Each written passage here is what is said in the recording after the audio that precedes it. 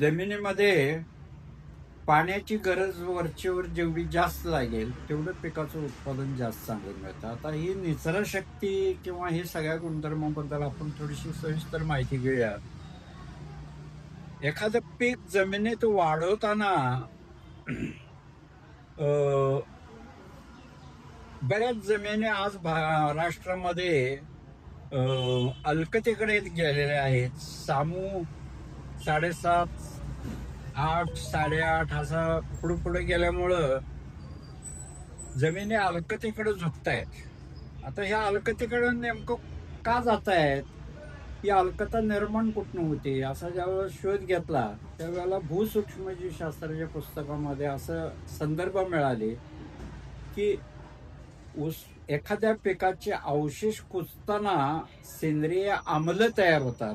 आता फक्त अन्न पुरवठा सूक्ष्मजीवांना झाला आणि पिकाच्या गरजेचे अन्नद्रव्य आपण जमिनीत टाकले तर चांगलं उत्पादन मिळेल की नाही हे सांगता येत नाही. कारण पिकाचं उत्पादन अनेक गोष्टीवर अवलंबून असतं. आता अनेक या गोष्टीपैकी कुठलं तर जमिनीचा सामू हे एक महत्त्वाचा गुणधर्म आहे. त्यानंतर जमिनीमध्ये क्षारता असते. ती क्षारता जर 1% पुढे गेली तर पिकाचं पोषण व्यवस्थित होऊ शकत नाही. त्यानंतर जमिनीमध्ये आर्द्रता योग्य प्रमाणात पाहिजे तर पिकाचं उत्पादन चांगलं मिळतं. जमिनीमध्ये हवेचं व्यवस्थापन व्यवस्थित असेल तर पिकाचं उत्पादन चांगलं मिळतं. आता हवेचं व्यवस्थापन हा जो गुणधर्म आहे याच्याविषयी आजपर्यंत आपल्या शेतकरी समाजात किंवा शास्त्रीयमध्ये कुठे चर्चा फारशी होत नाही.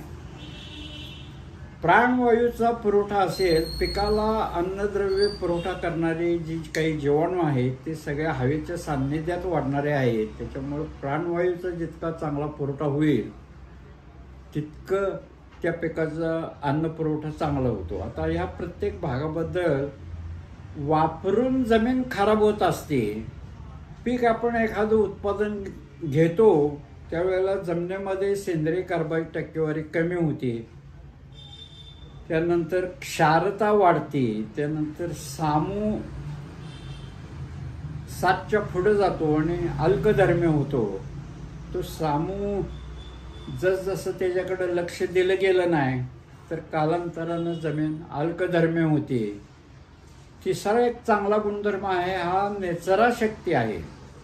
जमिनीमध्ये वापसा जेवढा लवकर येईल आणि जमिनीमध्ये पाण्याची गरज वरचेवर जेवढी जास्त लागेल तेवढं पिकाचं उत्पादन जास्त चांगलं मिळतं. आता ही निचरा शक्ती किंवा हे सगळ्या गुणधर्माबद्दल आपण थोडीशी सविस्तर माहिती घेऊया.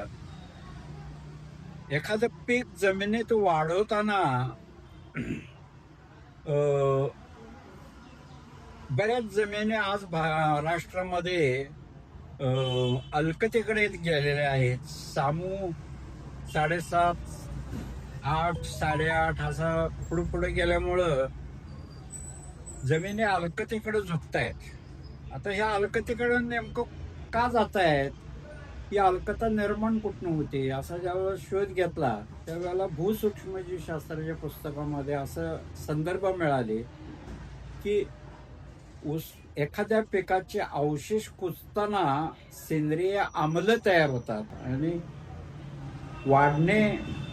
कुजणे ह्याच्या उलट वाढणे. कुजण्याच्या क्रियेतून जर सेंद्रिय आम्ल तयार होत असेल तर वाढण्याच्या क्रियेतून अल्कता निर्माण होत असावी. कुजण्याची क्रिया बाहेर केल्यामुळे असेही संदर्भ मिळतात की ही जी सेंद्रिय आम्ल तयार झालेली आहे ही आम्ल निर्माण होतात आणि त्यांना तिथे जर काही काम नसेल तर ती त्या ठिकाणी संपून जातात. कर्बवायू अधिक पाणी अशा पद्धतीने ते आम्ल संपून जातात. मग आपली नेमकी चूक काय होती आहे तर बाहेर कुजवून आपण जे खत टाकतो त्याच्यामध्ये आम्ल बाहेर तयार होतं, त्याला काम नसल्यामुळे ते संपून जातं आणि जमिनीमध्ये जे अल्क निर्माण झाले ते अल्क कालांतराने तिथे साठत जातं.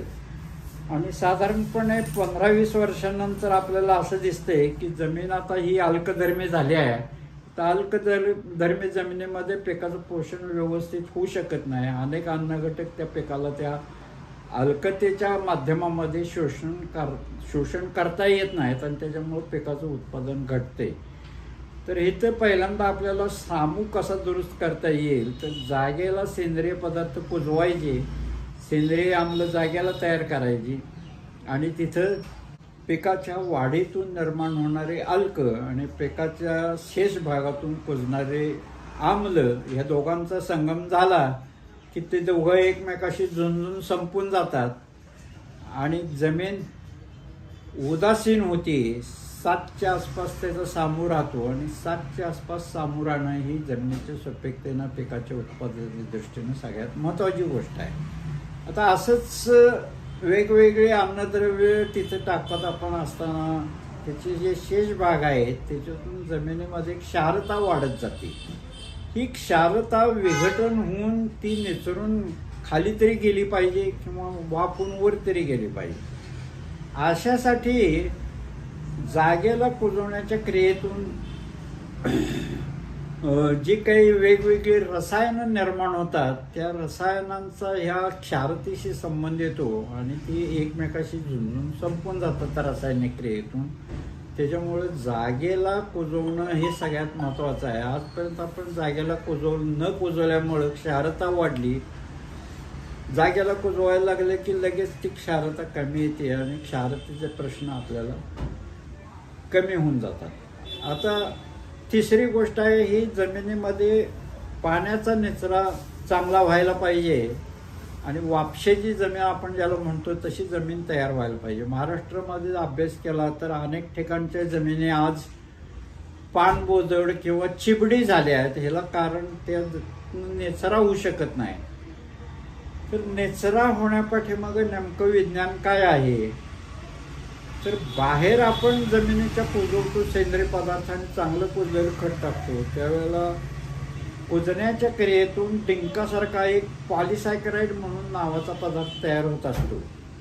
तर ह्या पॉलिसॅकराइडचं नेमकं जमिनीत सुपीकतेत काय काम आहे असा अभ्यास केला तर हे डिंकासारखे चिकट पदार्थ मातीचे बारीक बारीक कण एकत्र आणून त्याचं गोळी स्वरूपात रूपांतर करतात. आता या गोळ्या 2 प्रकारच्या आहेत. एक ही गोळी तयार होणे ह्या क्रियेला शास्त्रीय भाषेमध्ये जमिनीची कणरचना असं म्हटलं जातं आणि ही कणरचना चांगली असणं हे जमिनीच्या सुपीकतेसाठी खूप महत्त्वाची गोष्ट आहे. आता कणरचना तयार करणं हे काम ह्या कुजण्याच्या क्रियेतून तयार होणाऱ्या डिंकासारख्या पदार्थातून होतं. कुजणारा पदार्थ जर हलका असेल तर तात्पुरती कणरचना निर्माण होते आणि कुजणारा पदार्थ जर जड असेल तर पाण्यात स्थिर कणरचना तयार होते. आता पाण्यात स्थिर कणरचना आणि पाण्यात अस्थिर कणरचना याचा जर थोडासा अभ्यास केला तर अस्थिर कणरचना तयार झालेल्या गोळ्या जर पाण्यात टाकल्या तर त्याचे कण एकमेकापासून लांब होतात आणि ते पाणी गढूळ होतं. ह्याच्या उलट स्थिर कणरचनेचे जे कण आपण पाण्यात टाकले तर ते थोडंसं पाणी पण फुगतात पण आपला गोल आकार अजिबात सोडत नाही.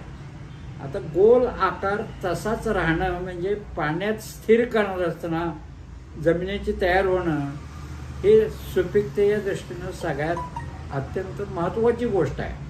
आता ही महत्त्वाच्या गोष्टीसाठी कुजायला जड असणारा पदार्थ जमिनीत कुजवणं गरजेचं आहे. कुजायला जड असणारा पदार्थ जमिनीत कुजवला, पिकाचे जमिनीखालचे अवशेष कुजवले की ही पाण्यात स्थिर कणरचना तयार होते. आता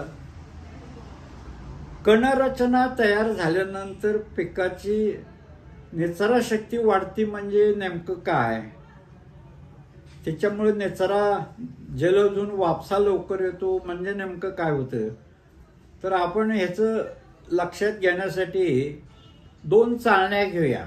2 चाळण्यामध्ये एका जोंधळे भरूया आणि एकामध्ये त्या जोंधळ्याचं पीठ भरूया.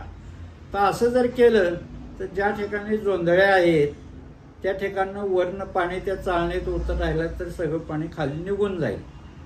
पण दुसऱ्या चाळणीमध्ये पीठ आहे आणि त्या पिठामध्ये तुम्ही जर पाणी ओतत राहिला तर पिठाचा वरचा थर जो आहे तो पहिलं पाणी पिल फुगेल आणि त्याची कण एकमेकावर दाब निर्माण होईल आणि पुढचं पाणी जे आहे ते चाळणीच्या वरनं उलटून जाईल पण चाळणीच्या खाली उतरू शकणार नाही.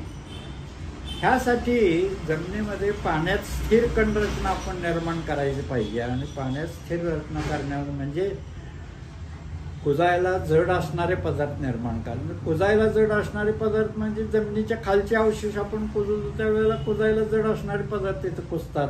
आपोआप ही कणरचना आपल्याला चांगली जमिनीची मिळवून देते आणि ही जेवढी चांगली कणरचना तेवढं पीक चांगलं, तेवढी सुपीकता चांगली.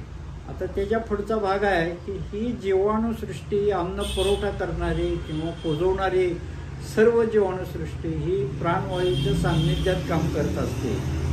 त्याच्यामुळे जमिनीमध्ये प्राणवायूचा जेवढा चांगला पुरवठा होईल तेवढं पिकाचं उत्पादन वाढून मिळतं. आता प्राणवायूचा जर जास्त पुरवठा करायचा असेल तर त्या मुळाच्या भोवती हवा खेळवली पाहिजे. आता हवा खेळवण्यासाठी जमीन तुम्ही नांगरता त्यावेळेला आपल्याला वाटतं की आता ती पोकळ झाली आणि जमिनीमध्ये हवा खेळती राहिली, तर ही अत्यंत चुकीची कल्पना आहे. त्या नांगरलेल्या जमिनीला आपण पाणी दिलं की ही ती सारखी बसते आणि त्याच्यामध्ये हवा खेळण्याचं प्रमाण अत्यंत कमी होतं. ह्याच्या उलट बिना नांगरणी शेतीमध्ये मागच्या पिकाचे अवशेष ज्यावेळेला आपण जमिनीमध्ये तसेच ठेवून पुढचं पीक घेतो त्यावेळेला ओली मुळाचं जाळं जे जमिनीमध्ये पसरलेलं असतं त्या ओल्या मुळाच्या जाळ्यामध्ये पाण्याचं प्रमाण जास्त असतं. 80-85% पाणी असतं त्याच्यामध्ये. ते तसंच राखल्यानंतर ते पीक मरून गेल्यानंतर ती मुळाची हळूहळू वाळायला लागतात. मुळं वाळायला लागल्यानंतर तिथे त्याचे बारीक केसासारखी मुळं तयार होतात आणि त्या प्रत्येक मुळाभोवतीनं लहान मोठ्या पोकळ्या निर्माण होतात.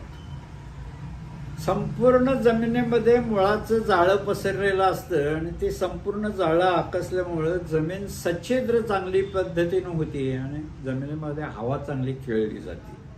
आता हवा जितकी जास्त चांगली खेळली जाईल तेवढं तुम्हाला ह्या सर्व जीवाणूंना प्राणवायूचा पुरवठा पुरेसा झाला की त्यांचं काम उत्तम दर्जाचं होतं आणि मग पिकाला लागणारे सर्व अन्न घटक व्यवस्थित पोचवण्याचं काम हे सूक्ष्मजीव करतात.